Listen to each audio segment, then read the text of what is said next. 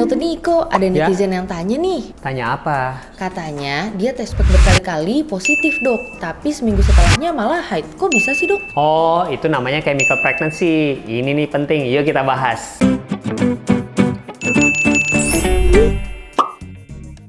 Hai Smart Moms Indonesia, welcome back to Dr. Niko Channel. Nah, kali ini kita akan bahas tentang chemical pregnancy. Kenapa? Karena chemical pregnancy atau kehamilan kimiawi atau biochemical pregnancy ini memang sering sekali terjadi. Bahkan 80% dari keguguran bisa saja merupakan chemical pregnancy. Lalu apa sih yang disebut dengan chemical pregnancy? Chemical pregnancy adalah kehamilan yang terjadi namun tidak berkembang, sehingga di bawah usia 5 minggu atau sebelum ada kantung kehamilan terbentuk, dia sudah mengalami penghentian kehamilan atau tidak lagi berlanjut. Lepasnya kehamilan ini memang seringkali menyebabkan flek atau kram pada saat haid. Kram pada saat haid bisa jadi salah satu tanda terjadinya chemical pregnancy kalau memang didapatkan tes kehamilan yang positif sebelumnya. Gejala-gejalanya sulit sekali diketahui sehingga 30-50% wanita yang mengalami chemical pregnancy tidak mengetahui bahwa dirinya sedang mengalami kehamilan kimiawi atau chemical pregnancy. Penyebab dari chemical pregnancy ini sebenarnya adalah kelainan kromosom atau ada masalah di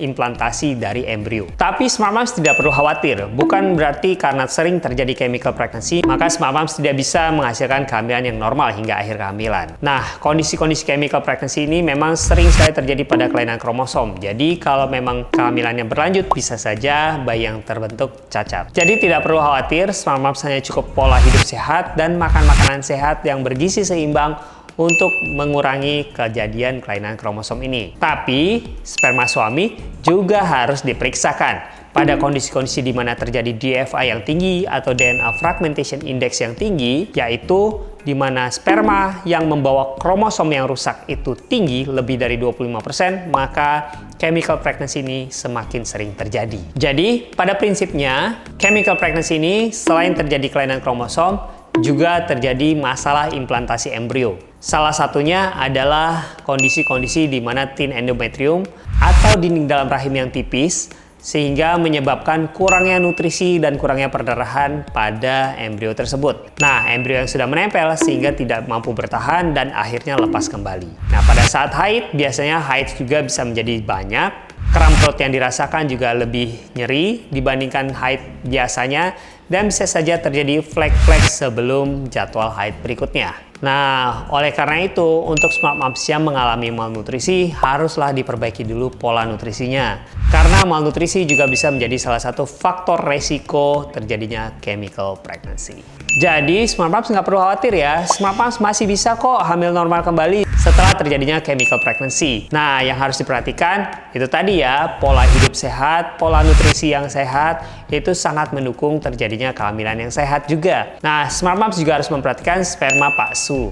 Kalau memang chemical pregnancy ini terjadi berulang-ulang atau diikuti dengan keguguran yang berulang, sebaiknya diperiksakan juga DFI atau DNA Fragmentation Index tadi pada sperma palsu. Nah, mengkonsumsi multivitamin dan mineral serta antioksidan yang tinggi juga bisa membantu mencegah terjadinya chemical pregnancy tersebut. Dan yang pasti, asam folat jangan dilupakan ya untuk mempersiapkan kehamilan yang sehat sejak 3 bulan sebelum merencanakan kehamilan. Jadi gitu deh dari Smart Moms. Paham kan? Paham kan?